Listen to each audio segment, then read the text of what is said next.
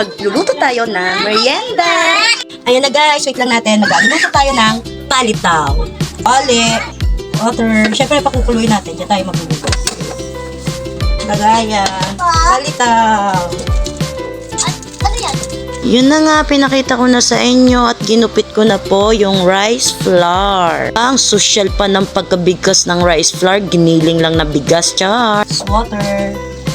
Sinunod ko na nga agad yung tubig at minekos-mekos ko na yan para mag-combine. Mekos-mekos lang. Nahalo ko na siya at nag-try lang ako na kaunti. Ayan, try natin siya. Dapat kumukulo yung water. Para pag lumutang na siya, luto na siya nun. Yun yung tinatawag na palitaw.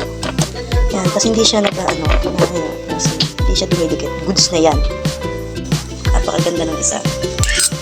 Yan ang itsura pag luto na siya, lumulutang. Sa tubig para di magdikit-dikit. Last but not the least, don't mind may gamat, malinis yan. Nagugas ako, syempre kakainin namin, kaya dapat malinis ang pagluto. Tapos na ako. So, ang bibilog ng gawa ko, ang ganda-ganda, perfect. Makikita mo yung una kong ginawa ang palpak, gutay-gutay. Ito, perfect siya. Lutuin natin ito, salagin natin. Pero konti lang gagawin natin. Ihahalo natin sa sugar. Tuwin ko lang ito konti para lumabas yung aroma niya.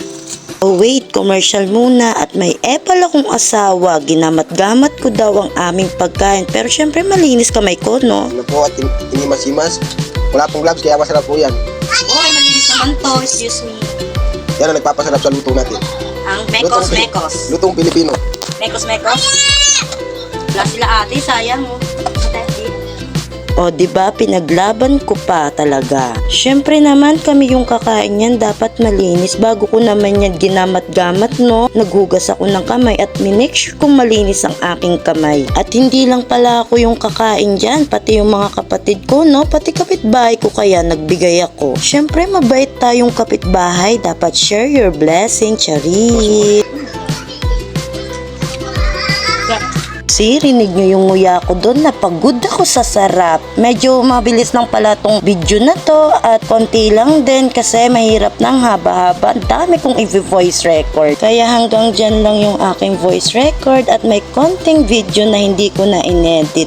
Change topic na pala. Ang sarap pala sa pakiramdam na yung ginagawa mo na-appreciate ng ibang tao, lalo na kung siguro kung yung mismong pamilya mo. Sana darating ang panahon na mag-grow tong video ko o pagkikreate ko para naman meron kami kunting pinagkakakitaan.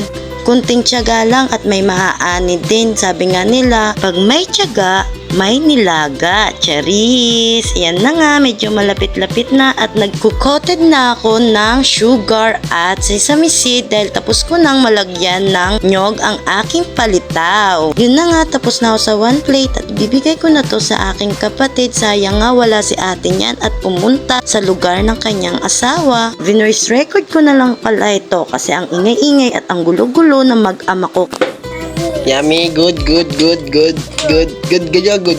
good. O diba, pati sa aking bunso approve. Yun lang naman. Bye-bye!